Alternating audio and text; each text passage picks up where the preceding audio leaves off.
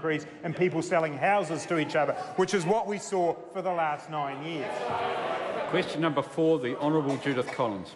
Thank you, Mr Speaker. To the Minister of Housing and Urban Development, has he been advised of the quantum of risk that the Crown is taking through its Buying Off the Plans initiative, and if so, what is the quantum of risk? The Mr. Honourable Speaker. Phil Twyford.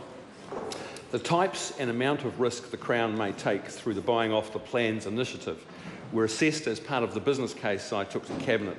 In terms of the amount of risk, that will depend on the particular contractual arrangements between each developer and the Crown. Once the Crown has committed to a KiwiBuild Buying Off the Plans purchase from a developer, will the Crown take all of the risk if the housing market falls? And if not, in what proportion will that risk be taken? Well, Mr Speaker, the nature of the risk-sharing arrangement in the Buying Off the Plans initiative centres on the underwriting or buying off the plans itself. In that case, in the case of an underwrite, if the developer is unable to sell the property at an agreed price, then the Crown will step in and buy that property at an agreed price and then on-sell it to young Kiwi families. If the construction risks, such as a rise in construction costs, lie with the developer, who will take on the risk if the houses are not completed by the developer? That risk, Mr Speaker, is one that is shared by the developer and KiwiBuild, and will be dealt with through the contractual negotiations. If the developer becomes insolvent during the process of building the KiwiBuild houses, will the Crown meet the mortgage debts of the developer? And what is the limit of liability in relation to each development that he is prepared to take? I don't have that precise detail in front of me, but if the member wants to put down a written question, I'll be very happy to do my best to answer it.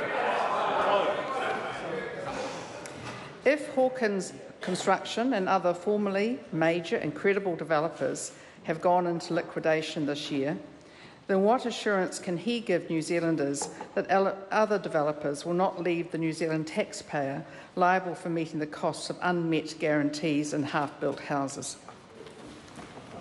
Mr Speaker, what I would say to that is that risk is an inherent part of the development process. The whole idea behind KiwiBuild is that the government will prudently share the risk with developers in order to build the kinds of modest, affordable starter homes that the market has absolutely failed to deliver to young Kiwi first home buyers.